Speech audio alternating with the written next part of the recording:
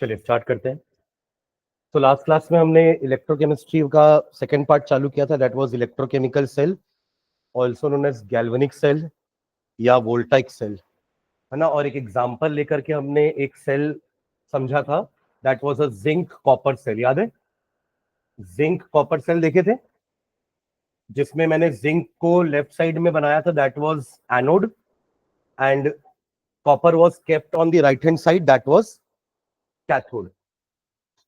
क्या देखा था हमने कि दोनों का अलग अलग बीकर था, जिंक का बीकर अलग था, कॉपर वाले का बीकर अलग था। In this zinc rod was dipped in zinc sulphate solution, and in this copper rod was dipped in copper sulfate solution. Two different electrodes in different beaker, not like your electrolytic cell जहां पर एक ही beaker में हम दोनों rod को dip करते थे। वो रिएक्शन कहलाता था रेडॉक्स, बट डायरेक्ट, और ये होता है इनडायरेक्ट रेडॉक्स रिएक्शन। ठीक है, externally they are connected through wire, बीच में गैल्वेनोमीटर लगा देंगे, and internally they are connected through salt bridge. ठीक है, ताकि सर्किट कंप्लीट हो जाए।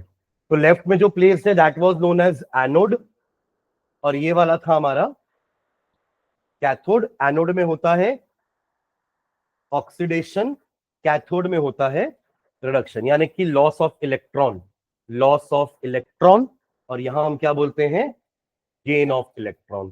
तो जिंक रॉड से जिंक आयन बाहर आएगा बाय लूजिंग 2 इलेक्ट्रॉन। तो इक्वेशन क्या था इसका, Zn gives you Zn2 plus 2 electron. यही 2 इलेक्ट्रॉन इस रॉड को, और भी बहुत सारे जिंक निकलेंगे बाहर, धीरे धीरे ये रॉड जो है वो पतली होती जाएगी, बिकॉज उससे जिंक निकलता जा रहा बाहर। तो ये आपका नेगेटिव पोल हो जाएगा, और यही इलेक्ट्रॉन ट्रैवल करके यहां पर आएंगे, और कॉपर आयन वही 2 इलेक्ट्रॉन गेन करके क्या बनेगा, कॉपर बन के डिपॉजिट होता जाएगा। तो ये रॉड आपको धीरे धीरे थिक होती हुई नजर आएगी, बिकॉज कॉपर उसमें डिपॉजिट होता जा रहा है, यहां से जिंक डिसॉल्व होता जा रहा है। धीरे धीरे ये रॉड पतली होती जाएगी, ये रॉड धीरे धीरे मोटी होती जाएगी। समझ रहे हैं क्या? ओवरऑल रिएक्शन आप इन दोनों को ऐड कर दो, you will get the overall reaction, that is zinc plus copper 2 ion gives you zinc 2 ion plus copper. Correct, this is the cell reaction. Individual को बोलेंगे इलेक्ट्रोड का रिएक्शन। क्या बोलोगे? इलेक्ट्रोड का reaction at anode, at cathode. और ये पूरे cell का रिएक्शन है, अगर आप दोनों रिएक्शन को ऐड कर दोगे you will get the reaction of the complete cell. इसका नाम हमने डेनियल सेल दिया था, याद है? डेनियल सेल बोला था इसको हमने, zinc copper cell is known as Daniell cell.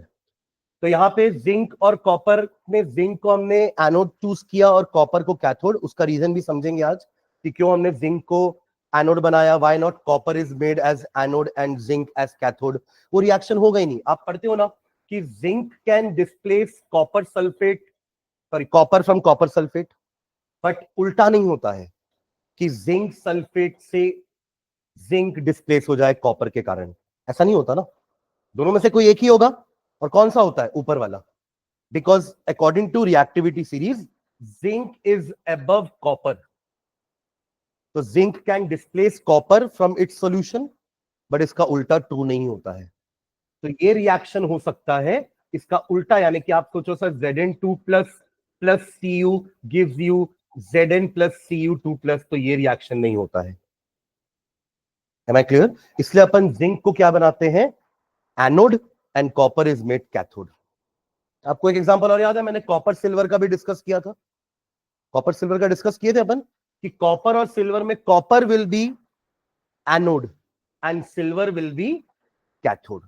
उसका रीजन है कि copper is more metallic than silver, more reactive than silver. आप सीरीज में आओगे तो सिल्वर और नीचे है कॉपर के, सिल्वर कहां है? कॉपर के नीचे। तो जब कॉपर सिल्वर सेल बना जाएगा तो copper will be placed at left hand side, यानी कि उसका ऑक्सीडेशन होगा, वो एनोड होगी, and silver electrode will be cathode, उसमें रिडक्शन होने वाला है। समझ में आ रहा है? टुगेदर एक सेल बनेगा, इलेक्ट्रोकेमिकल सेल, गैल्वेनिक सेल। ठीक है, तो हमने इसका कंस्ट्रक्शन लिख लिया था, डायग्राम मैंने आप लोग को बुक से बनाने बोला था, इसका वर्किंग लिख लेते हैं। ठीक है, तो लिख लो वर्किंग। कंस्ट्रक्शन हेडिंग डाल के लिखे थे ना, जगह छोड़ दो अगर नहीं बना हुआ डायग्राम, ताकि याद रहे कि डायग्राम बनाना है, और जगह छोड़ करके वर्किंग लिखेंगे।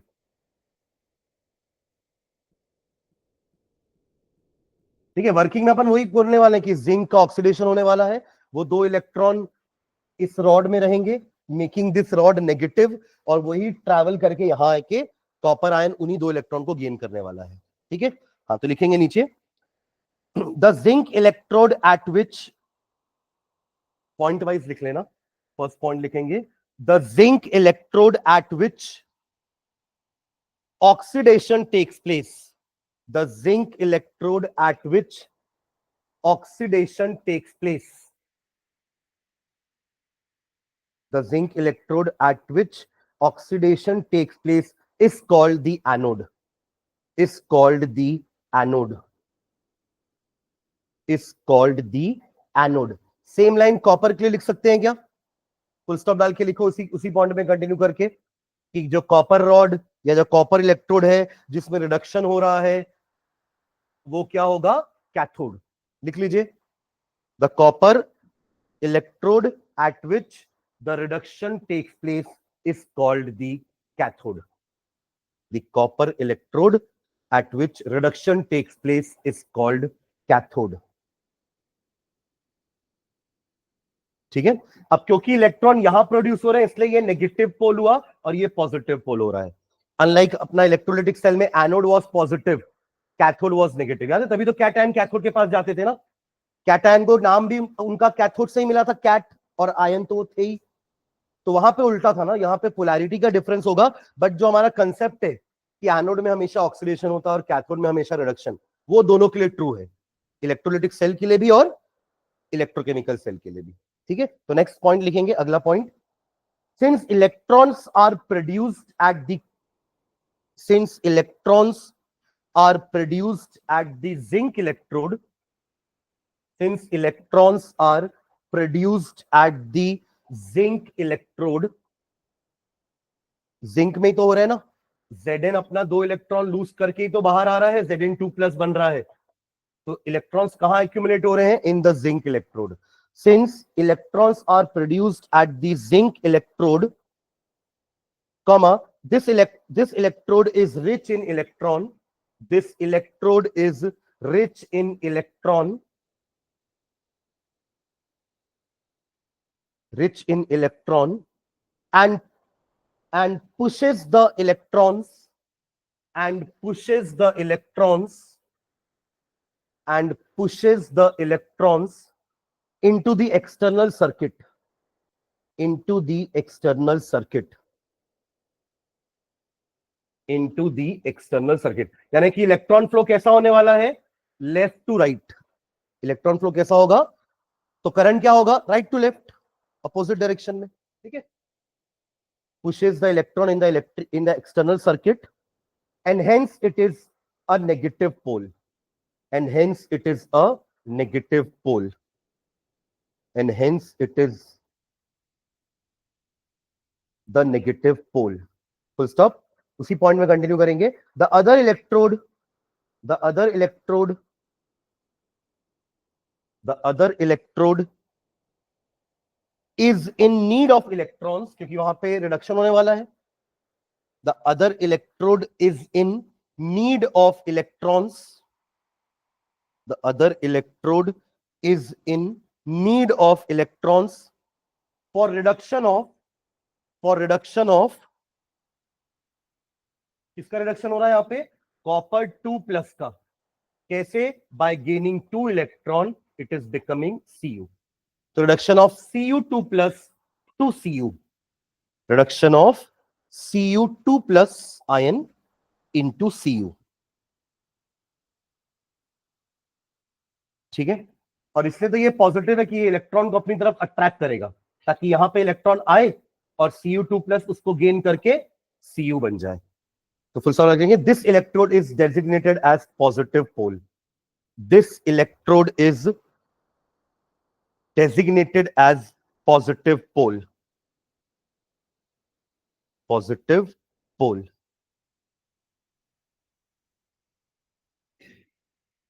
ठीक है, यानी इलेक्ट्रॉन का फ्लो लेफ्ट टू राइट हो रहा है और करंट, कन्वेंशनल करंट का फ्लो क्या होता है? राइट टू लेफ्ट, यानी कि अपोजिट डायरेक्शन ऑफ इलेक्ट्रॉन। तो एक पॉइंट उसके लिए लिखिए, the electrons flow from, the electrons flow from the electrons flow from negative pole to the positive pole. The electrons flow from negative pole to the positive pole, यानी कि anode to cathode, negative pole to positive pole in the external circuit. In the external circuit. In the external circuit. Full stop. However, the current is said to flow in the opposite direction. However, the current is said to flow in the opposite direction. Current is said to flow in the opposite direction. जिन्होंने diagram बनाया है उन्होंने electron का flow और current का flow दिखाया है ना डायग्राम में. आई और इलेक्ट्रॉन का फ्लो ऐसा दिखा देना कि इलेक्ट्रॉन का फ्लो है और ये करंट का फ्लो डायग्राम में. ठीक है, ओके. दोनों रिएक्शंस लिख लो नीचे. एट एनोड, एनोड में क्या हो रहा है ये वाला रिएक्शन लिख लेंगे एनोड के लिए, और कॉपर वाला रिएक्शन लिख लेंगे एट कैथोड. लिख लो दोनों रिएक्शन और ओवरऑल रिएक्शन करके भी लिख लेना. एट एनोड, एट कैथोड, और ओवरऑल रिएक्शन ये रहा. ऐड कर देना दोनों को. इलेक्ट्रॉन्स दोनों के हट जाएंगे है ना. एक के इलेक्ट्रॉन राइट साइड में, एक के इलेक्ट्रॉन लेफ्ट साइड में, कैंसिल हो जाएंगे. तो ओवरऑल रिएक्शन ये है, एनोड में ये हो रहा है, कैथोड में ये हो रहा है, and this is the overall reaction.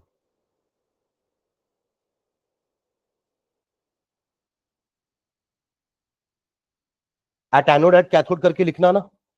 At anode ये रिएक्शन, एट कैथोड हाइफन डाल के ये रिएक्शन, नीचे लाइन में overall reaction this one.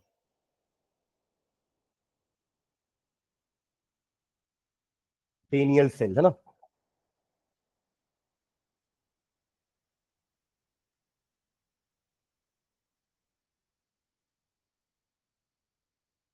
Done. एक पॉइंट और लिखेंगे लास्ट कि इवेंचुअली ये वाली रॉड धीरे धीरे थिन होती जाएगी और ये वाली रॉड धीरे धीरे थिक होती जाएगी. ठीक है, तो लास्ट पॉइंट लिखना. Evidently the weight of copper rod will increase, क्योंकि उस रॉड में कॉपर डिपॉजिट हो रहा है और जिंक रॉड से जिंक डिसॉल्व हो रहा है. ठीक है, evidently the weight of copper rod will increase while that of zinc rod will decrease. Eventually, yeah, evidently, the weight of copper rod will increase while that of zinc rod will decrease as the cell works. As the cell works. जैसे जैसे cell काम करेगा ये process होता रहेगा. ठीक है, done. Note में एक पॉइंट लिखेगा, नोट करके. नोट देखिए. If an increasing external, if an increasing if an increasing external opposing potential, if an increasing external opposing potential is applied to the cell, is applied to the cell, if an increasing external opposing potential, मतलब एक बाहर से battery लगा रहे हो आप, ये तो ऐसे करंट प्रोड्यूस कर रहा है पर आपने बाहर से एक बैटरी लगाई है. ठीक है, external opposing potential is applied to the cell, comma, the reaction continues to take place, the reaction continues to take place, the reaction continues to take place in the cell, in the cell, in the cell, so long as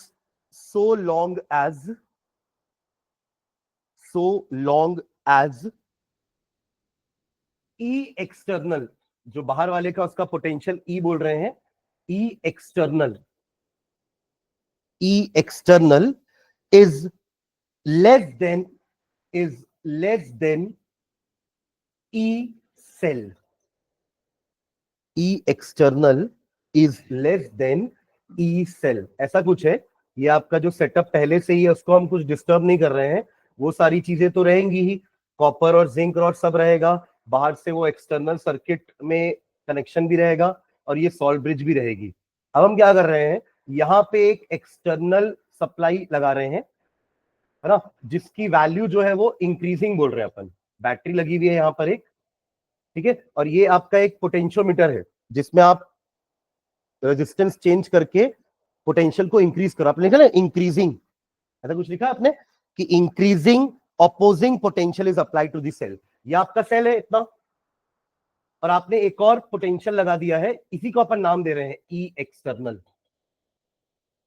तो आपका cell normal working करेगा जैसा आपने पीछे लिखा है, कब तक, जब तक ये प्रोसेस, ये कंडीशन रहेगी। ई एक्सटर्नल जो बाहर लगा है उसका पोटेंशियल इस वाले के पोटेंशियल से कम है, मतलब ये भी कुछ ना कुछ पोटेंशियल जनरेट कर रहा होगा ना। ये आपका नेगेटिव पोल है, ये पॉजिटिव पोल है, दोनों के बीच के डिफरेंस को क्या बोलेंगे, पोटेंशियल डिफरेंस। उसी को ई सेल नाम दिए हैं, सेल का पोटेंशियल।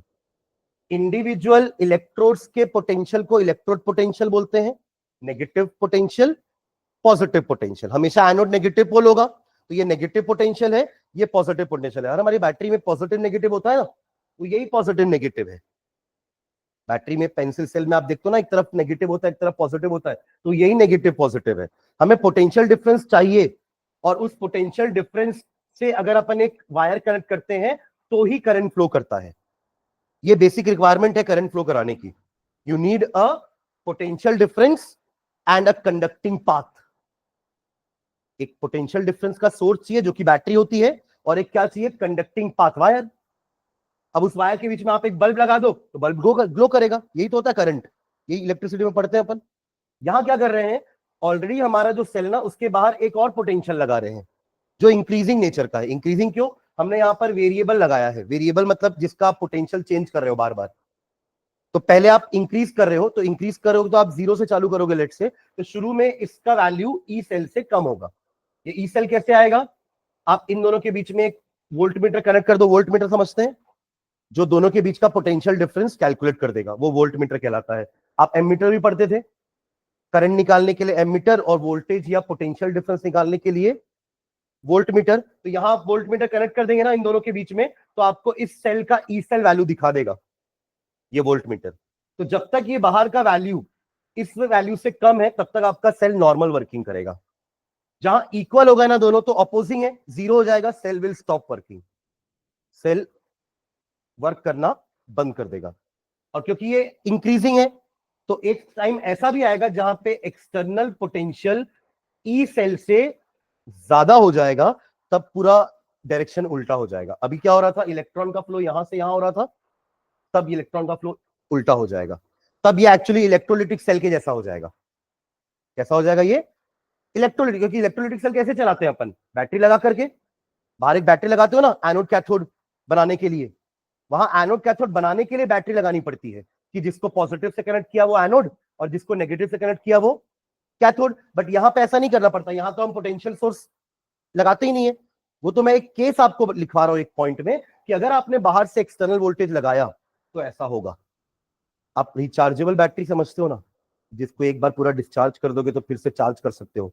फोन की बैटरी वैसी होती है ना, वरना अगर ऐसी नहीं होती तो आपको हर दिन बैटरी चेंज करना पड़ता ना। कई लोगों को तो दिन में 2 बार करना पड़ जाता बैटरी चेंज। समझ रहे मैं क्या बोल रहा हूँ।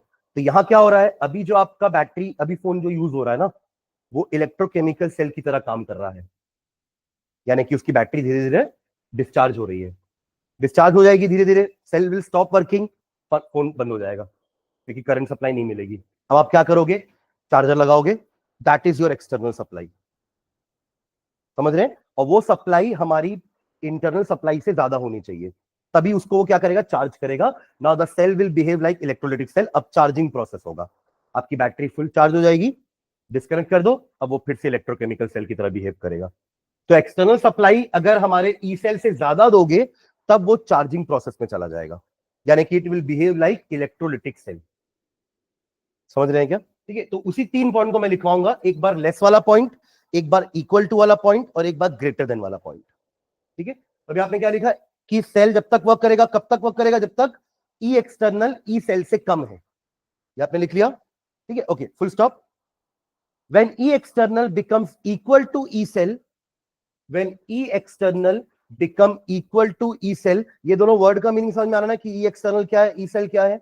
ई सेल हमारे सेल का पोटेंशियल है, potential difference between this two rods, जो हम यहां वोल्ट मीटर लाएंगे तो मिल जाएगा। और ई एक्सटर्नल क्या है, जो आपने बाहर से कनेक्शन दिया है, एक्सटर्नल, तभी तो एक्सटर्नल नाम दे रहे हैं ना उसको।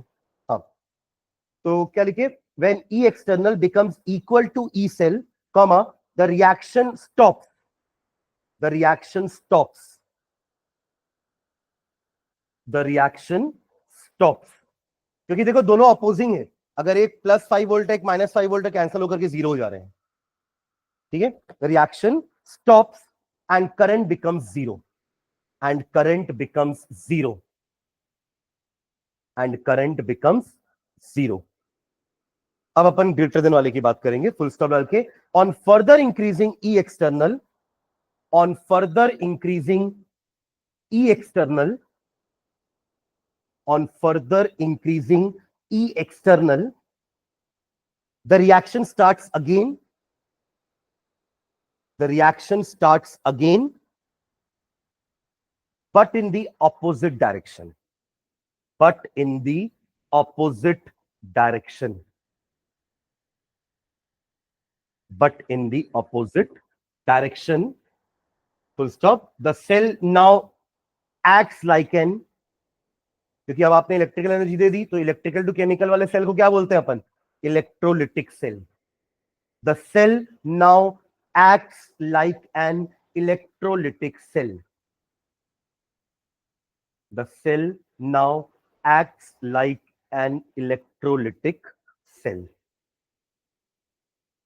ठीक है, तो ये हमारा डीनियल सेल। डीनियल सेल कहीं लिखे हो कि नहीं आप लोग, नोट्स में लिखा है ना कहीं में, ठीक है, ठीक है। तो ये हमारे डीनियल सेल का वर्किंग हो गया, ठीक है। एक और सेल का बस रिएक्शन लिख के आगे बढ़ते हैं। एक और एग्जांपल लिखना नीचे, लिखना सेल बिटवीन, अभी आपने जिंक कॉपर लिखा ना यहां पर, सेल लिखे ना, जिंक कॉपर सेल। अब एक और लिखना कॉपर सिल्वर सेल, लिखो copper silver cell, copper silver cell.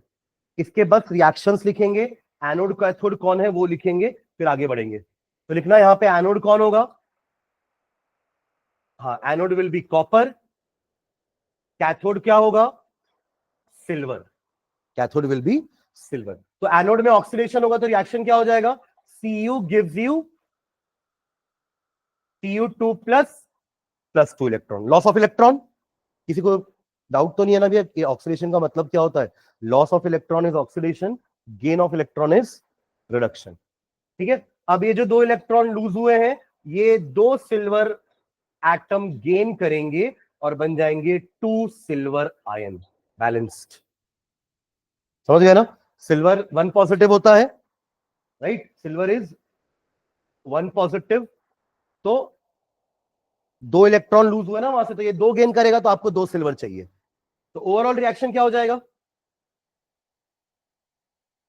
एक सेकेंड, ये what will be the overall reaction, Cu plus 2Ag positive gives you Cu2 positive plus 2Ag। यह हमारा कॉपर सिल्वर सेल हो गया, ठीक है। इसको सेटअप कर पाएंगे ना अपन, लेफ्ट साइड में कॉपर बना देना, राइट साइड में सिल्वर लेबल कर देना, ठीक है। हमेशा लेफ्ट साइड में एनोड, राइट साइड में कैथोड।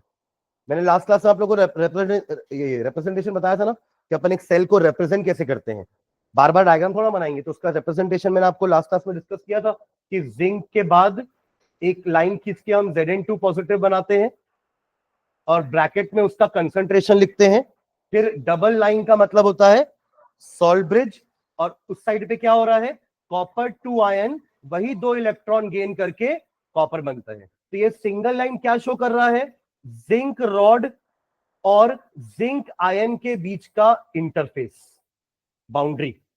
ये जिंक रॉड है, 2 इलेक्ट्रॉन लूज करके जिंक आयन बनाना, तो इन दोनों के बीच में सिंगल लाइन है, तो ये सिंगल लाइन उसके लिए है। और ये भी सेम ऐसे ही है, कॉपर रॉड के ऊपर ये कॉपर आयन जाकर के डिपॉजिट होकर के कॉपर बन रहा है, तो बीच में सिंगल लाइन है, तो ये single line, this is known as interface, boundary. ठीक है, और बीच में आपके दो लाइंस हैं तो वो आपके सॉल्ट ब्रिज के हो गए। ठीक है, जो भी आयन वाला पार्ट है उसके ब्रैकेट में अपन क्या लिखते हैं, कंसंट्रेशन, इलेक्ट्रोलाइट का कंसंट्रेशन। ठीक है, तो उसके लिए साइन डालो। ये हो गया ना तीनों चीज। ठीक है, चलो मेन साइन डालना। Next, representation of an electrochemical cell, representation of an electrochemical cell, है ना, how we can represent an electrochemical cell, representation of an electrochemical cell। तो हम यहां पे लिखते हैं मेटल के बाद एक लाइन खींच करके मेटल आयन और ब्रैकेट में उसका कंसंट्रेशन, फिर दो लाइन खींचते हैं और यहां पे होता है मेटल आयन और उसका कंसंट्रेशन, और फिर सिंगल लाइन खींच करके मेटल। ठीक है, ये हमारा तरीका होता है। जहां पे लेफ्ट साइड वाला जो चीज है वो उसको क्या बोलते हैं अपन, ये लेफ्ट इलेक्ट्रोड है, लेफ्ट इलेक्ट्रोड को लेफ्ट में लिखते हैं और राइट इलेक्ट्रोड को राइट में लिखा जाता है। इलेक्ट्रॉन का फ्लो कैसे होता है, लेफ्ट टू राइट, तो इलेक्ट्रॉन का फ्लो अपन दिखाएंगे left to right, electron flow करते हैं, और करंट का flow right to left, I for current. ठीक है, ये लिख भी लेना, ये आपका क्या होता है, एनोड, ये होता है आपका कैथोड, ये एक नेगेटिव इलेक्ट्रोड है, नेगेटिव पोल है, और ये एक पॉजिटिव पोल है। एग्जाम्पल के लिए आप जिंक कॉपर को रिप्रेजेंट कर दो, एक जिंक कॉपर सेल को रिप्रेजेंट कर देना अपने से, और अभी आपने जो लिखा कॉपर सिल्वर को लिख लो। एग्जाम्पल लिखिए जल्दी से।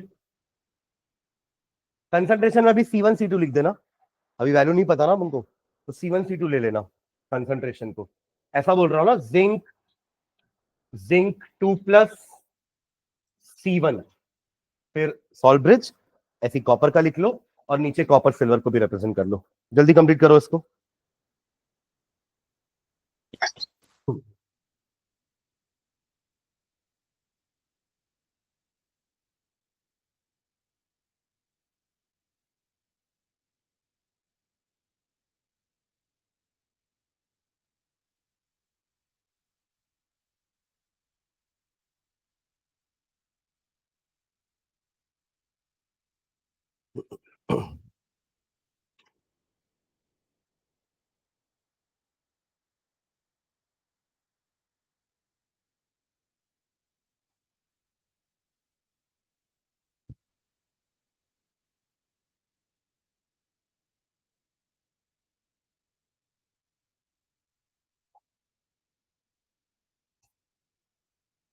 डन, लिख लिया ना कि इतना लिख के छोड़ दियो मेरे जैसे। ये लिखना भाई एग्जाम्पल, ये तो तरीका हुआ कि ऐसे करते हैं रिप्रेजेंट। इसके कुछ एग्जाम्पल लिखना ना अपन, की मेटल की जगह जिंक आ गया, मेटल आयन की जगह जिंक आयन आ गया, फिर यहां पे मेटल आयन की जगह Cu2+C2, और इस मेटल की जगह कॉपर, हो गया। ये ऑक्सीडेशन, ये reduction, left electrode right electrode, anode cathode. ठीक है, तो ये देख करके हम समझ जाएंगे ना हमारा सेल कैसा है, कि सेल का एनोड कौन है, सेल का कैथोड कौन है, समझ में आ जाएगा सिर्फ इतना देख करके। और यहां पर कॉपर इस साइड में रहेगा और सिल्वर इस साइड में। ये लिख लियो पूरा। क्या लिखा आदि, बताना क्या लिखा है। हाँ हाँ, Cu2+ क्या, हाँ हाँ, हम्म, Ag+ ही लिखो बस। वो तो अपन रिएक्शन लिखते हैं ना, तो रिएक्शन को बैलेंस करना पड़ता है, तो Ag+, हाँ, सिंगल डैश Ag। देखिए रिएक्शन तो Ag+ से Ag हो रहा है ना, वो तो अपन जब ओवरऑल रिएक्शन को बैलेंस करेंगे तो 2Ag आ जाएगा, तो वो रिएक्शन में आप 2Ag लिखो, यहां जरूरत नहीं है 2Ag करने की। ठीक है, यहाँ पे C2। ठीक है, चलिए नेक्स्ट लाइन डालिएगा, electrode potential, electrode potential, electrode potential.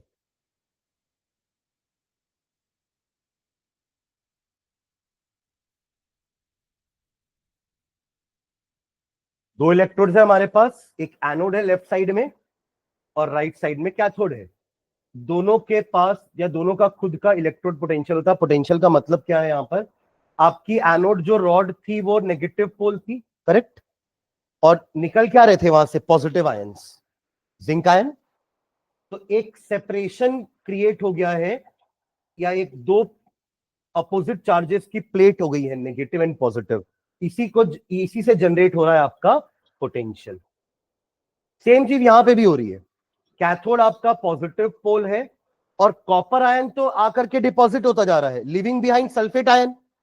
Copper sulphate है ना वहां पर, तो Cu2+ तो निकल करके Cu बन गया, पर सल्फेट आयन जो है वो यहीं रह गए। तो negative positive separation between the charges, यही कहलाता है इलेक्ट्रोड पोटेंशियल। ठीक है, डेफिनेशन लिखे नीचे।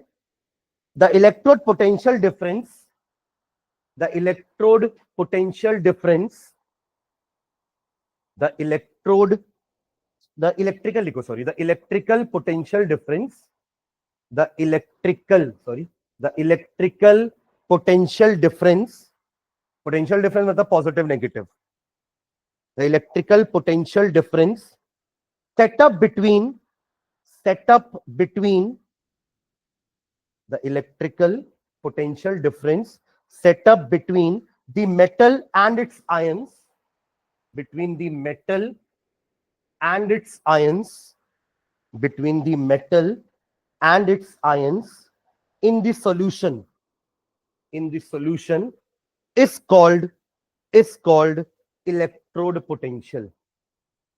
The electrical potential difference set up between the metal and its ions in the solution, solution में ही हो रहा है ये चीज, ये बीकर के अंदर है, सॉल्यूशन में ही मेटल और मेटल आयन के बीच में एक पोटेंशियल डिफरेंस सेटअप हो गया है, negative pole positive ions, positive pole negative ions, तो पोटेंशियल डिफरेंस सेटअप हो गया है, इसी को इलेक्ट्रोड पोटेंशियल बोल रहे हैं। फिर ये भी दो टाइप के होते हैं, जिस इलेक्ट्रोड में ऑक्सीडेशन हो रहा है उसको कहेंगे ऑक्सीडेशन इलेक्ट्रोड पोटेंशियल, और जिसमें रिडक्शन हो रहा है उसको अपन रिडक्शन इलेक्ट्रोड पोटेंशियल। आपको नाम बड़ा लग रहा है तो आप इलेक्ट्रोड हटा दो, ऑक्सीडेशन पोटेंशियल, रिडक्शन पोटेंशियल, ठीक है, हाँ, इज कॉल्ड इलेक्ट्रोड पोटेंशियल। हो गया डेफिनेशन, ठीक है, नीचे लाइन में लिखना, there are two types of electrode potential, there are two types of electrode potential, there are two types of electrode potential, hyphen डाल के लिखो, oxidation potential and reduction potential, oxidation potential and reduction potential, oxidation potential and reduction potential. देखो अब क्या होता है ना, आपने जिंक और कॉपर को कनेक्ट कर दिया, ठीक है, और आपने यहां पे वोल्ट मीटर भी लगा दिया, तो ये वोल्ट मीटर इनका इलेक्ट्रोड पोटेंशियल नहीं देगा, वो तो पूरे सेल का पोटेंशियल डिफरेंस देगा, क्योंकि आपने एक इधर नेगेटिव पोल है, इधर पॉजिटिव पोल है, इन दोनों के बीच का जो पोटेंशियल डिफरेंस आ रहा होगा वो ये वोल्ट मीटर दे रहा होगा। तो वोल्ट मीटर की reading is not the electrode potential, वो दोनों का डिफरेंस है, वो ई सेल है। क्या है वो? ई सेल, सेल का पोटेंशियल। आप जैसे बैटरी खरीदना तो 9 वोल्ट की बैटरी दे दो, तो वो 9 वोल्ट की बैटरी यानी वो ई सेल है। वो क्या है? E cell. The difference between the anode and cathode potential difference, उसी को हम क्या बोल रहे हैं? E cell. तो यहां से तो अपन को इलेक्ट्रोड पोटेंशियल नहीं मिलने वाला, तो इलेक्ट्रोड पोटेंशियल निकालेंगे कैसे?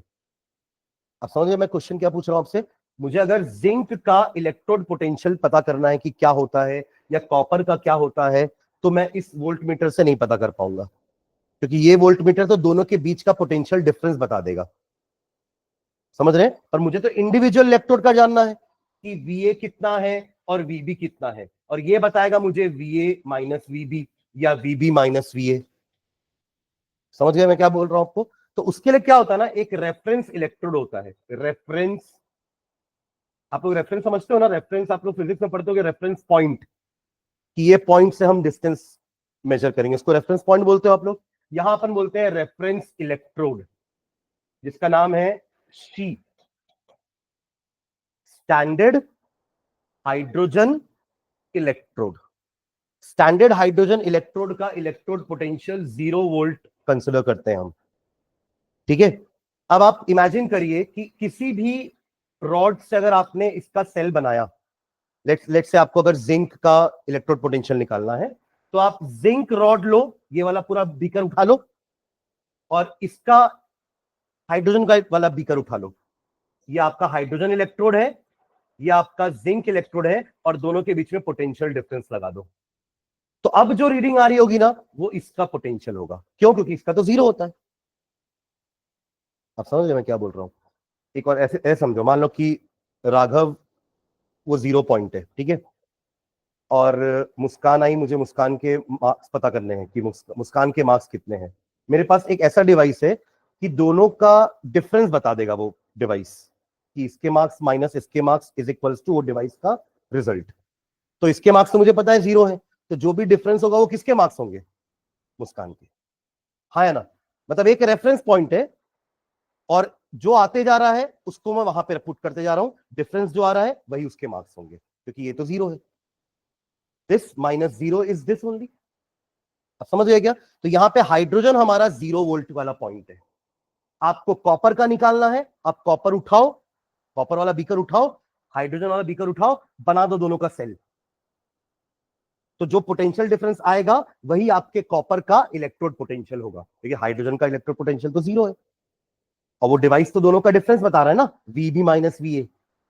तो एक उसमें जिस इसमें हाइड्रोजन का तो हमेशा 0 है, तो दिस माइनस दिस जो भी रिजल्ट आएगा वो इसी का पोटेंशियल होगा। समझ गए क्या? तो ये हमारे एसएचई का एप्लीकेशन है। Standard hydrogen electrode is used to calculate electrode potential of all the electrodes. आप समझ गए ना रेफरेंस इलेक्ट्रोड का मतलब? ठीक है, ओके। तो हेड डालना, ये तो उसकी डेफिनेशन हो गई। अच्छा, एक मैं और इसमें एक पॉइंट और लिखवाता हूं, फिर अपन एसएचई में आएंगे। लिखना नीचे, electrode potential, electrode potential, electrode potential calculated at standard condition, electrode potential calculated at standard condition, that is 298 Kelvin temperature, 25 degrees Celsius, 298 Kelvin temperature, and 1 atmospheric pressure, 1 atm, 1 atm pressure. ये standard condition है। अगर हम electrode potential को standard condition पे measure कर रहे हैं, comma, then the potential is called standard electrode potential. Then the potential is called standard electrode potential. Then the potential is called standard electrode potential. Bracket में लिख लेना ई not, ऊपर एक डिग्री साइन लगा देना। ऐसे रिप्रेजेंट करते हैं अपन इलेक्ट्रोड पोटेंशियल स्टैंडर्ड वाले को, ठीक है। अगर मुझे नॉर्मली करना होगा तो मैं ऐसे रिप्रेजेंट करूंगा, देखो जिंक ऐसा लिख दूंगा, तो ई जेड एन समझ जाओगे कि आपका जिंक का इलेक्ट्रोड पोटेंशियल है। वही अगर मैंने ई के ऊपर एक डिग्री साइन लगा दिया, 0 लगा दिया, तो ये हो गया standard electrode potential of zinc. ये है measured eight standard condition, 298 kelvin temperature, है ना, and 1 atmospheric pressure and 1 molar concentration. वो मैं लिखवाना भूल गया, एट 1 मोलार कंसंट्रेशन, वो भी ऐड करना कंडीशन में। 1 atm pressure, 298 kelvin temperature and 1 molar concentration. ये स्टैंडर्ड कंडीशन होती है। तो किसी भी इलेक्ट्रोलाइट या इलेक्ट्रोड का आप अगर पोटेंशियल कैलकुलेट कर रहे हो एट दिस कंडीशन, तो उसको स्टैंडर्ड इलेक्ट्रोड पोटेंशियल बोलेंगे, ठीक है। चलिए अब डाल लेंगे heading, standard hydrogen electrode. Standard hydrogen electrode, bracket में एसएचई। ये हमारा रेफरेंस इलेक्ट्रोड है, जिसके हेल्प से हम सभी इलेक्ट्रोड का इलेक्ट्रोड पोटेंशियल कैलकुलेट करेंगे। स्टैंडर्ड हाइड्रोजन इलेक्ट्रोड, ठीक है, हाइफन डाल के लिखना इसमें। The absolute value of electrode potential,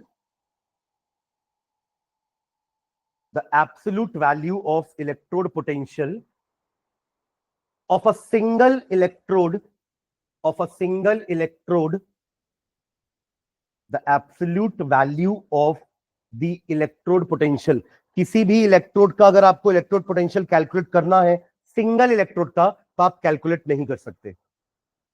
समझ रहे? आपको स्टैंडर्ड के साथ कंपेयर करके पता चलेगा उसका इलेक्ट्रोड पोटेंशियल। वही लाइन लिख रहे हैं अपन, the absolute value of the electrode potential of a single electrode, of a single electrode, the absolute electrode potential of a single electrode cannot be determined, the absolute value of electrode potential of a single electrode cannot be determined because oxidation half reaction,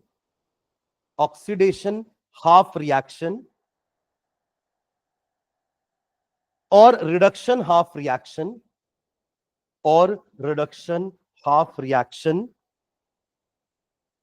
cannot take place alone, oxidation half अकेले नहीं हो सकता, reduction half भी अकेले नहीं हो सकता, दोनों साथ में ही होता है रिडॉक्स रिएक्शन, है ना? तो ऑक्सीडेशन हाफ रिएक्शन और reduction half reaction can not take place alone, full stop. It can be only measured, it can only be measured, it can only be measured using some reference electrode, using some reference electrode, full stop।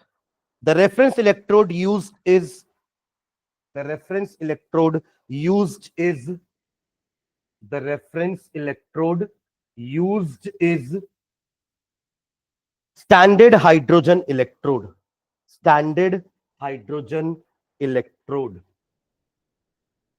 standard hydrogen electrode,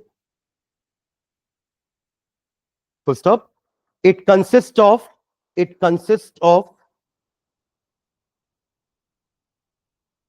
hydrogen gas at 1 bar pressure, it consists of hydrogen gas at 1 bar pressure, 1 bar pressure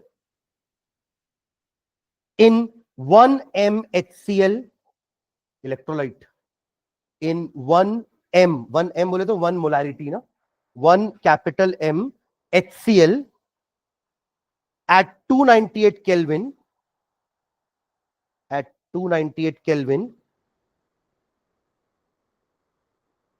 full stop। In this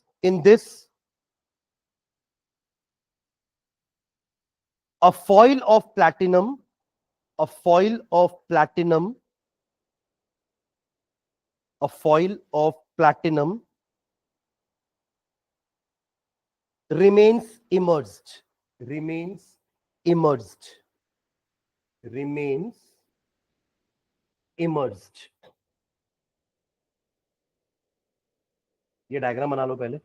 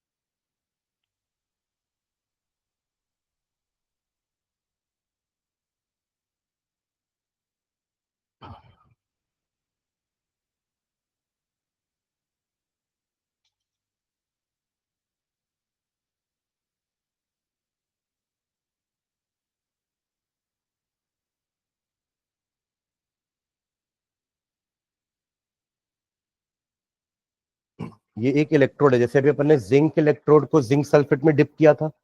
अब zinc तो ठहरा एक metal rod, तो आपने उसको ऐसे खुला डाल दिया, बट हाइड्रोजन तो गैस है ना, तो आप उसका इलेक्ट्रोड कैसे बनाओगे? गैस का सॉलिड इलेक्ट्रोड कैसे बनेगा? तो इसलिए अपन ने क्या लिया, एक बीकर लिया है, उसके अंदर गैस डाली है। समझ रहे हो क्या? जिंक तो रॉड के फॉर्म में आता है ना, पर हाइड्रोजन तो गैस है, तो we have taken that gas in a beaker. ठीक है, तो दिस इज अवर हाइड्रोजन। अब ये किसी का भी कनेक्ट हो सकती है। आप यहां पे जिंक इलेक्ट्रोड रख दो, ये कनेक्ट हो जाएगा ऐसे वायर के थ्रू, और अंदर क्या हो जाएगा, सॉल्ट ब्रिज। तो आपको हर हर इलेक्ट्रोड का सेल बनाना है हाइड्रोजन के साथ। कंपैरिजन इसके साथ ही होगा, बिकॉज ये आपका 0 वोल्ट का पॉइंट है।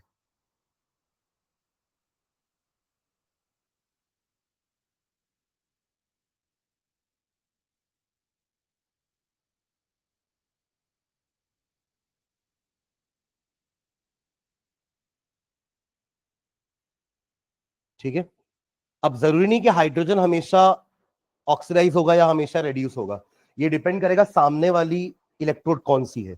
अगर सामने जिंक आएगा, तो जिंक के सामने हाइड्रोजन का क्या होगा, रिडक्शन ही होगा, बिकॉज जिंक ऊपर है सीरीज में, हाइड्रोजन नीचे है।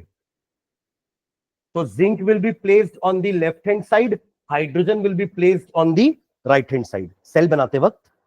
वही अगर आपने कॉपर को कनेक्ट किया, तो कॉपर के लिए हाइड्रोजन लेफ्ट में रहेगा, हाइड्रोजन इलेक्ट्रोड, ये वाला इलेक्ट्रोड लेफ्ट में रहेगा, और कॉपर इलेक्ट्रोड आपका राइट साइड में रहेगा। समझ रहे ना? तो इसमें जिंक का हुआ है ऑक्सीडेशन, हाइड्रोजन का हुआ है रिडक्शन। यहां पे हाइड्रोजन का हुआ है ऑक्सीडेशन और कॉपर का हुआ है रिडक्शन। तभी तो अपन दो टाइप का पोटेंशियल बोले ना। अगर किसी इलेक्ट्रोड का हाइड्रोजन के सामने ऑक्सीडेशन होता है, तो कहलाएगा ऑक्सीडेशन पोटेंशियल, और अगर किसी इलेक्ट्रोड का हाइड्रोजन के सामने रिडक्शन हो रहा है, तो वो कहलाएगा रिडक्शन पोटेंशियल। वैल्यू आ जाएगी, आप इन दोनों को कनेक्ट करोगे, वोल्ट मीटर लगाओगे बीच में, इन दोनों को कनेक्ट करोगे, वोल्ट मीटर लगाओगे बीच में, ये ठहरा 0 वोल्ट, ये ठहरा 0 वोल्ट, तो आपका जो भी इसका आंसर आएगा वो इसी इलेक्ट्रोड का पोटेंशियल होगा। यही तो काम था हमारे एसएचई का, कि it was behaving like a reference point. समझ गए ना? बस कनेक्शन समझ के करना है कि हमें हाइड्रोजन को एनोड बनाना है कि कैथोड, वो डिपेंड करेगा कि सामने वाला इलेक्ट्रोड कौन सा है। ठीक है, बन गया डायग्राम ये। तो रिएक्शन क्या हो सकता है, नीचे लिखना। when in a cell when in a cell when in a cell when in a cell SHE acts as anode. When in a cell SHE acts as anode, तो इन दोनों में से कौन सा सेल की बात कर रहा हूं मैं अभी? हाँ, ऊपर वाले में तो हाइड्रोजन कैथोड है, यहां है ना हाइड्रोजन लेफ्ट साइड में, तो एनोड ये हुआ ना।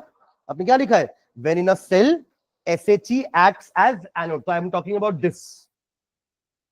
समझ रहे हो मैं क्या बोल रहा हूं, है ना? हाँ, when in a cell SHE acts as anode, और एनोड में क्या होता है, oxidation. That is oxidation takes place, oxidation takes place. Reaction लिख लो, रिएक्शन क्या हो जाएगा, ये जो आपने हाइड्रोजन गैस पास करी है, यहां से हाइड्रोजन गैस पास की हो ना, इसका ऑक्सीडेशन हुआ तो क्या बनेगा, क्या मिलेगा, लॉस ऑफ इलेक्ट्रॉन। क्या क्या बन जाएगा? हाँ, अरे दो हाइड्रोजन है, दोनों एक एक इलेक्ट्रॉन लूज करेंगे, तब तो जाकर बनेंगे ना 2H+। ये हो गया ऑक्सीडेशन रिएक्शन, 2 इलेक्ट्रॉन्स। ठीक है, तो एक ये हो गया ऑक्सीडेशन।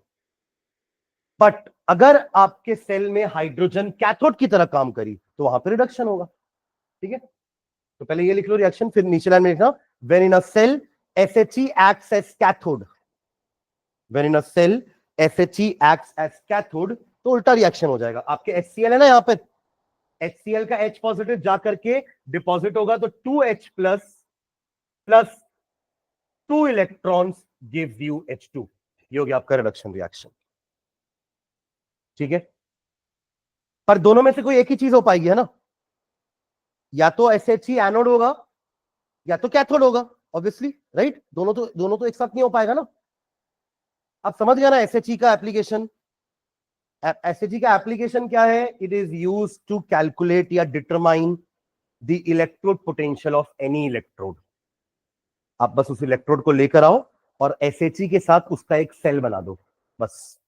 सेल वही जैसा अभी तक अपन पढ़ते आ रहे हैं, लेफ्ट साइड में एनोड, राइट साइड में कैथोड, बीच में पोटेंशियोमीटर या वोल्टमीटर, बीच में सॉल्ट ब्रिज, बन गया आपका सेल। समझ गया? तो जो आपको रीडिंग मिलेगी वो उस इलेक्ट्रोड का इलेक्ट्रो पोटेंशियल होगा, क्योंकि SHE का इलेक्ट्रो पोटेंशियल तो 0 है, तो उसके लिए एक लाइन लिख लो 0 वोल्ट के लिए। हो गया? दोनों रिएक्शन लिख लिया आप लोग? ठीक है, ओके। नीचे लाइन में लिखेंगे the electrode potential of SHE is taken as 0. The electrode potential of SHE is taken as 0 at 298 Kelvin. यानी स्टैंडर्ड वैल्यू है at 298 Kelvin. The electrode potential of SHE is taken as 0 at 298 Kelvin. ठीक है, और इसको represent कैसे करेंगे वो भी लिखते हैं last line. SHE is represented as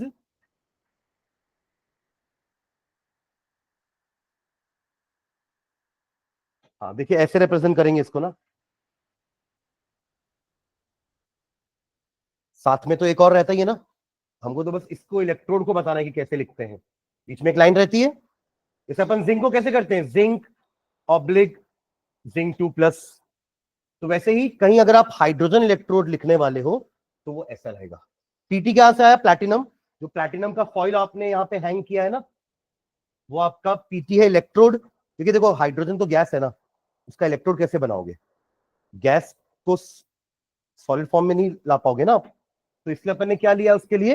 platinum electrode, जो कि एक इनर्ट इलेक्ट्रोड होती है। पढ़े अपन इनर्ट इलेक्ट्रोड? हाँ, जो रिएक्ट नहीं करेगी, सिर्फ एक सरफेस दे रही है। एक्चुअली हाइड्रोजन को रिएक्शन करना है ना, तो उसको एक सरफेस चाहिए। तो प्लैटिनम क्या कर रहा है? वो फॉइल एक सरफेस प्रोवाइड कर रहा है कि आओ मेरे ऊपर रिएक्शन करके जाओ। तो ये जो रिएक्शन अपन ने लिखे है ना, ये इसी सरफेस में हो रहे हैं। Am I clear? इनर्ट है, वो जगह दे रहा है बस रिएक्शन करने की, खुद पार्टिसिपेट नहीं करेगा रिएक्शन में। That is why inert electrode, unreactive electrode. ठीक है, ओके ठीक है।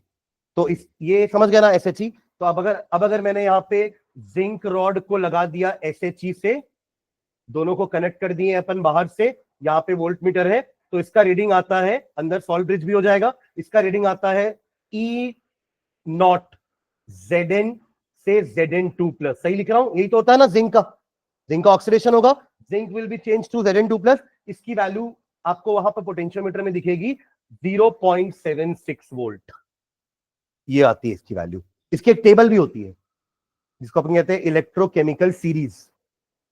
क्योंकि अब मैं अगर साइंटिस्ट हूं, मैं एक कैलकुलेट कर रहा हूं, तो फिर मैं टेबल बना दूंगा कि मैंने कर दिया कैलकुलेट। अब किसी को भी यूज करना है तो वो वैल्यू यूज कर सकता है। तो every electrode potential is calculated with respect to SHE only. Am I clear? ऐसे आप कॉपर को भी कनेक्ट करोगे तो SHE यहां पे आ जाएगा, कॉपर यहां रहेगा, तो इसकी जो वैल्यू आएगी वोल्ट मीटर पे, वो आपकी वैल्यू आती है, क्योंकि कॉपर का रिडक्शन हो रहा है। कॉपर का क्या हो रहा है? तो अपन कैसे लिखेंगे? E0 Cu2+ Cu is equals to, ये वैल्यू आती है 0.34 वोल्ट। ये टेबल में लिखी हुई, आपको मैं अभी दिखाऊंगा, आप लोग की बुक में भी वो टेबल है। नेक्स्ट क्लास पे आओगे तो वो बुक भी लेकर आना आप लोग, NCERT, आप लोग को टेबल दिखा दूंगा। टेबल इलेक्ट्रोकेमिकल सीरीज कहलाती है।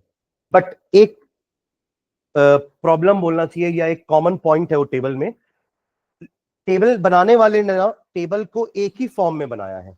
एक ही फॉर्म में मतलब उन्होंने सबका रिडक्शन पोटेंशियल लिखा है। उन्होंने क्या लिखा है? सबका। बट जिंक का तो हाइड्रोजन के रेस्पेक्ट में ऑक्सीडेशन होता है, तो वैल्यू ये आई। तो उन्होंने एक्चुअली में वहां क्या लिखा है पता है? वैल्यू -0.76, क्योंकि ऑक्सीडेशन रिडक्शन का जस्ट उल्टा होता है। आप समझ रहे हो मैं क्या बोल रहा हूं? तो नेगेटिव वैल्यू क्यों लिखी है उस टेबल पे? क्योंकि वो उस जिंक का रिडक्शन पोटेंशियल लिखा हुआ है, जबकि जिंक का तो हाइड्रोजन के रेस्पेक्ट में ऑक्सीडेशन होता है। तो हमें वैल्यू कितनी मिली वोल्ट मीटर में देख करके? 0.76। और क्योंकि उन्होंने उल्टा रिएक्शन का लिखा हुआ है पोटेंशियल, तो वैल्यू भी इन्वर्स कर देंगे, प्लस की जगह क्या हो जाएगी? माइनस। और कॉपर का तो ये रिडक्शन पोटेंशियल ही है, तो ये वैल्यू एज इट इज लिखी होगी 0.34। इसका माइनस नहीं लिखा होगा, क्यों? क्योंकि ये तो वैसे भी रिडक्शन ही हो रहा है ना, जिंक का हाइड्रोजन के रेस्पेक्ट में ऑक्सीडेशन हुआ था तो वैल्यू 0.76 आई थी, बट वो बोले कि टेबल को यूनिफॉर्म रखते हैं, हर का एक ही टाइप का पोटेंशियल लिखते हैं, तो उन्होंने रिडक्शन को बेस माना, तो इसलिए सबकी उन्होंने रिडक्शन पोटेंशियली लिखी हुई है। तो वहां पे रिएक्शन ऐसा लिखा रहेगा, Zn2 प्लस 2 इलेक्ट्रॉन गेन करके Zn बनाएगा और इसका पोटेंशियल होता है -0.76 वोल्ट। ये टेबल का ही मैंने एक लाइन लिख दिया है, I have written the line of that table itself. किसी के पास है बुक? ये टेबल में दिखा है वाला लाइन कहीं पर, है ना? जिंक 2 इलेक्ट्रॉन गेन करके, sorry zinc ion 2 electron gain करके जिंक बनता है, पोटेंशियल इतना। कॉपर में भी लिखा होगा, कॉपर का लिखा होगा कॉपर 2 पॉजिटिव 2 इलेक्ट्रॉन गेन करके कॉपर बनता है जिसका पोटेंशियल होता है +0.34 वोल्ट, लिखा है। हाँ, और ऐसे ही सिल्वर का भी लिखा होगा कि सिल्वर 1 इलेक्ट्रॉन गेन करके सिल्वर बनता है जिसमें रिडक्शन जाएगा ना, SHE के सामने क्या होगा इसका भी, जब कॉपर का रिडक्शन हुआ तो ये भी तो रिडक्शन ही कहलाएगा, क्योंकि ये तो और नीचे है कॉपर के। हाइड्रोजन से जितने भी लोग नीचे हैं वो हाइड्रोजन के सामने रेड्यूस ही होंगे, समझ गए क्या? और हाइड्रोजन के जितने भी लोग ऊपर हैं वो सब हाइड्रोजन के सामने ऑक्सीडाइज, जैसे जिंक हुआ, आयरन ऑक्सीडाइज होगा, तो आयरन की वैल्यू भी देखो नेगेटिव लिखी होगी।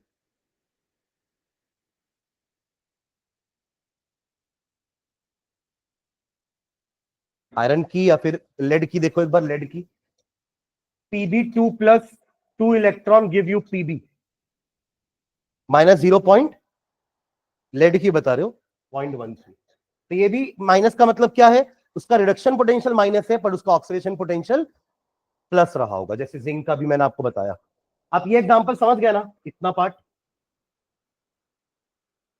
हमने क्या किया, हमने हाइड्रोजन इलेक्ट्रोड लिया, हमने जिंक इलेक्ट्रोड लिया, दोनों का सेल बना दिए, पोटेंशियोमीटर में जो रीडिंग आई वो ये थी, पर टेबल में क्या लिखा है, क्यों लिखा है, क्योंकि टेबल में सबका रिडक्शन पोटेंशियल लिखा हुआ है, जबकि रिडक्शन पोटेंशियल होता क्या है, it is the potential, reduction potential किसको बोलते हैं, जब अगर किसी इलेक्ट्रोड का हाइड्रोजन के सामने रिडक्शन होता है तो वो रिडक्शन पोटेंशियल कहलाएगा, और अगर किसी इलेक्ट्रोड का हाइड्रोजन के सामने ऑक्सीडेशन होता है तो वो ऑक्सीडेशन पोटेंशियल कहलाता है।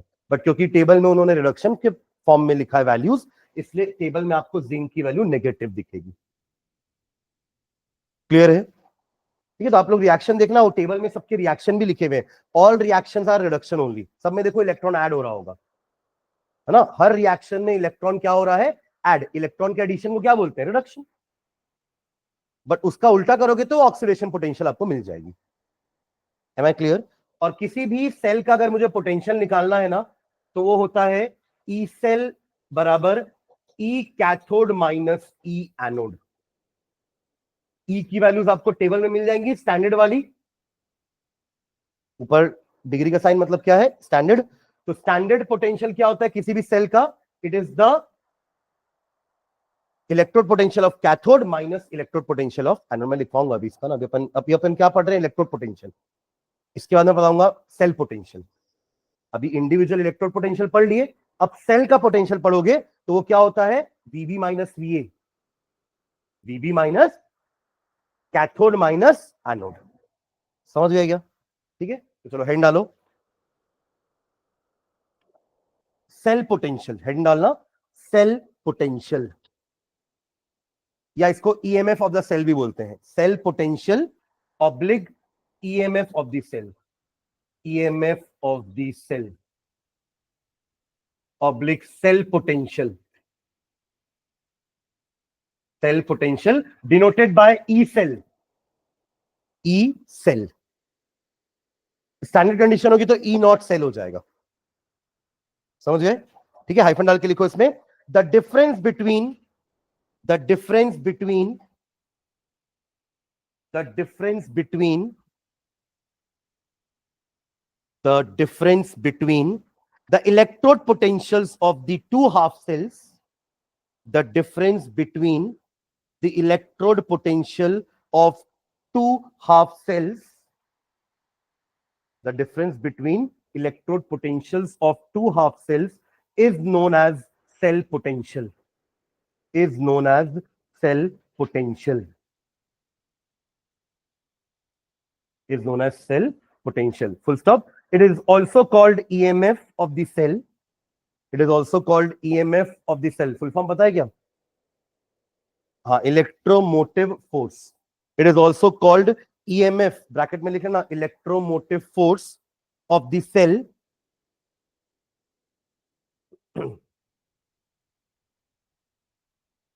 It is also called EMF, electromotive force of the cell, if no current is drawn from the cell. If no current is drawn from the cell. If no current is drawn from the cell. देखो EMF और potential difference में थोड़ा सा difference होता है ना, भले दोनों का यूनिट वोल्ट होता है, पोटेंशियल डिफरेंस का यूनिट भी वोल्ट, ईएमएफ का यूनिट भी वोल्ट, बट डिफरेंस है दोनों में. आप अगर एक पोटेंशियल सोर्स लिए हो बट उसमें अभी करंट फ्लो नहीं करवा रहे हो, तो तब उसकी जो वैल्यू होती है वो कहलाती है ईएमएफ. जैसे आप एक बैटरी लेकर आ गए, 9 वोल्ट की बैटरी है, अभी उससे करंट प्रोड्यूस नहीं करवा रहे हो, तो वो जो 9 वोल्ट है वो उसका क्या है, ईएमएफ. पर जैसे ही आप उस बैटरी से कनेक्शन कर दोगे, now the current starts flowing. अब जो पोटेंशियल डिफरेंस की रीडिंग आएगी ना, जो थोड़ी सी कम होगी 9 वोल्ट से, क्योंकि कुछ काम हो रहा है ना, करंट फ्लो कराने के लिए, इलेक्ट्रॉन फ्लो कराने के लिए कुछ काम हो रहा है, work done per unit charge is potential, तो वो 9 वोल्ट से थोड़ा सा कम हो जाएगा, वो कहलाता है पोटेंशियल डिफरेंस. ईएमएफ क्या है? जब बैटरी में कोई करंट फ्लो नहीं कर रहा है तो वो 9 वोल्ट की रीडिंग देगा, पर if you are making that battery to flow current, तो उसके कारण उसका पोटेंशियल थोड़ा सा डाउन हो जाएगा, that will be potential difference of that cell. ठीक है, चलो इसका फॉर्मूला लिखो नीचे. E cell is equals to E cathode minus E anode. यहां लिखना for standard condition E naught cell is equals to E naught cathode minus E naught anode. E naught cell is equals to E naught cathode minus E naught anode. एक example लेते हैं, चलो take an example. Zinc copper का ही cell ले लो, ठीक है, Daniell cell. Example Daniell cell. ठीक है, डेनियल सेल में एनोड कौन होता है? जिंक. और कैथोड कौन होता है? कॉपर. ठीक है, तो ई नॉट सेल मुझे अगर निकालना है तो हमको क्या करना पड़ेगा? E naught cathode minus E naught anode. तो ई नॉट जिंक का वैल्यू आपको टेबल से मिल जाएगा, सॉरी कॉपर है ना कैथोड, कॉपर का वैल्यू आपको टेबल से मिल जाएगा, माइनस जिंक का वैल्यू भी आपको टेबल से मिल जाएगा. ये समझ रहे हो मैं क्या लिखा है? E naught cathode minus E naught anode. Cathode क्या है मेरा? कॉपर, तो ये लिख दिया मैंने ई नॉट कॉपर 2 प्लस से Cu reduction, minus zinc E naught Zn2 plus से Zn. दोनों को रिडक्शन पोटेंशियल के टर्म्स में ही लिखा हूं मैं, क्योंकि टेबल में हमको रिडक्शन पोटेंशियल वैल्यू ही मिलेगी. वैल्यूज क्या क्या बोला था मैंने अभी? इसका 0.34 माइनस इसका माइनस 0.76. याद है ना? प्लस वाली तो ऑक्सीडेशन पोटेंशियल थी, तो ऑक्सीडेशन पोटेंशियल का उल्टा करना है मुझे, अगर रिडक्शन पोटेंशियल निकालना है तो पॉजिटिव को नेगेटिव कर देंगे. ठीक है, तो कितना आएगा? 1.1 वोल्ट का सेल बनता है. If you make a Daniell cell तो क्या बनेगा? सेल कितने वोल्ट का होगा? 1.1 वोल्ट का सेल होगा. Am I clear? ठीक है, अब अगर आपने यहां पे प्रेडिक्शन उल्टा कर दिया, आपको याद नहीं आ रहा है कि यार जिंक कैथोड होता है कि एनोड, तो आपके फॉर्मूले में क्या हो जाएगा? इधर आप जिंक लिखोगे, इधर आप कॉपर लिखोगे. आप समझ गए मैं क्या बोल रहा हूं? इफ यू डोंट रिमेंबर कि जिंक एनोड है और कॉपर कैथोड है, आपने उल्टा कर लिया. आपने जिंक को कैथोड मान लिया, जो कि गलत है, और आपने कॉपर को एनोड मान लिया, गलत मान लियो ना. तो आप अपनी गलती पकड़ सकते हो. कैसे? आप ई नॉट सेल निकालोगे ना तो वो वैल्यू नेगेटिव आएगी, यानी कि आपने जो अजम्पशन किया वो गलत है. कैसे नेगेटिव आएगी? देखो, पहले आप ये रखोगे तो माइनस 0.76 माइनस 0.34, ये क्या आएगा? माइनस 1.1. तो ये गलत है. कभी भी ई सेल नेगेटिव नहीं हो सकता. अगर आपका नेगेटिव वैल्यू आ रही है, इसका मतलब आपने वो प्रेडिक्शन गलत किया है. कि क्या? किसका प्रेडिक्शन? एनोड कैथोड का. Am I clear? ये लिख लिया एग्जांपल आपने यहां तक? ठीक है, ओके।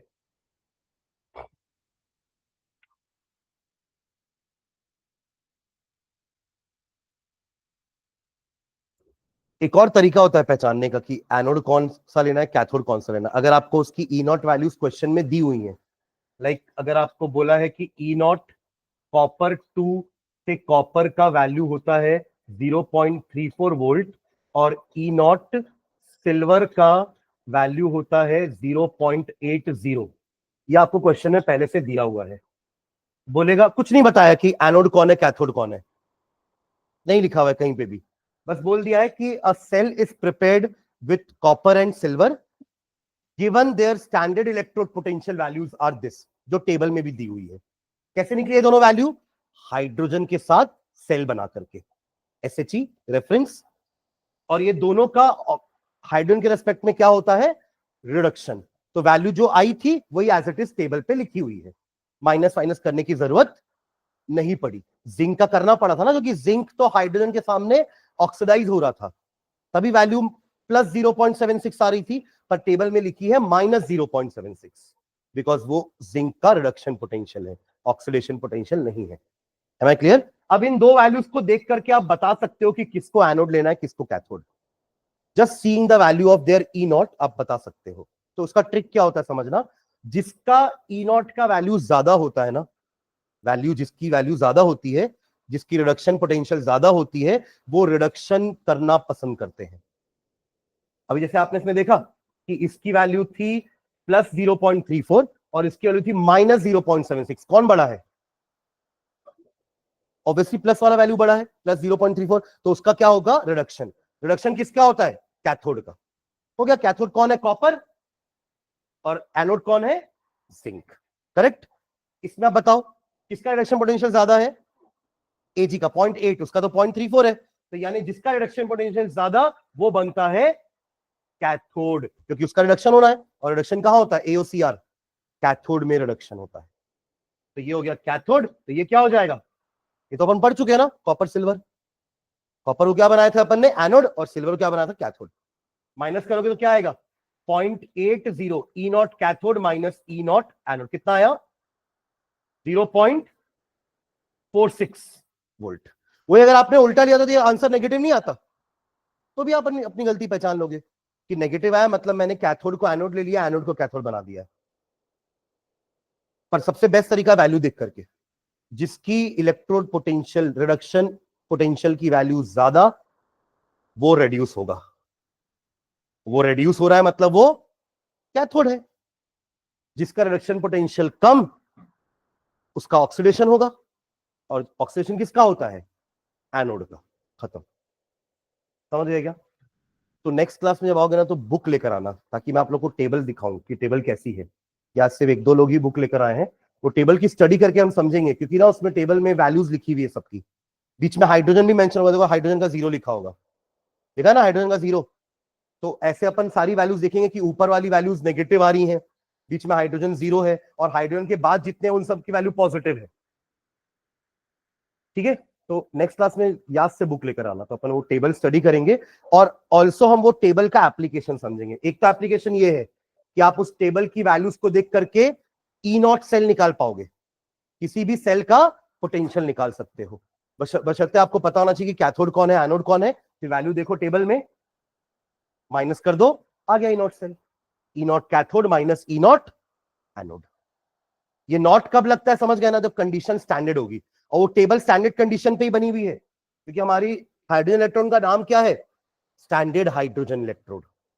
तो उसकी वैल्यू 0 वोल्ट स्टैंडर्ड कंडीशन पे ही होती है। सुन रहे मैं क्या बोल रहा हूं? तो अभी अपन जितना भी काम करेंगे सब स्टैंडर्ड कंडीशन पे ही करेंगे, एवरीथिंग। पर हर बार स्टैंडर्ड कंडीशन थोड़ी ना होगी, तो उसके लिए अपन अलग चीज पढ़ेंगे कि अगर कंडीशन स्टैंडर्ड नहीं है तो अपन ई सेल कैसे निकालेंगे, तब तो उसको ई सेल ही बोलूंगा ना। जब तक कंडीशन स्टैंडर्ड है तब तक अपन ई नॉट सेल बोल रहे हैं, पर जहां कंडीशन स्टैंडर्ड नहीं होगी, मतलब टेम्परेचर 298 केल्विन नहीं है, टेम्परेचर हो सकता है ज्यादा हो, कंसंट्रेशन 1 मोलारिटी नहीं है, हो सकता है कंसंट्रेशन कम हो, तब उस केस में आप ई नॉट सेल नहीं बोल सकते। ई नॉट सेल तो स्टैंडर्ड कंडीशन पर होता है।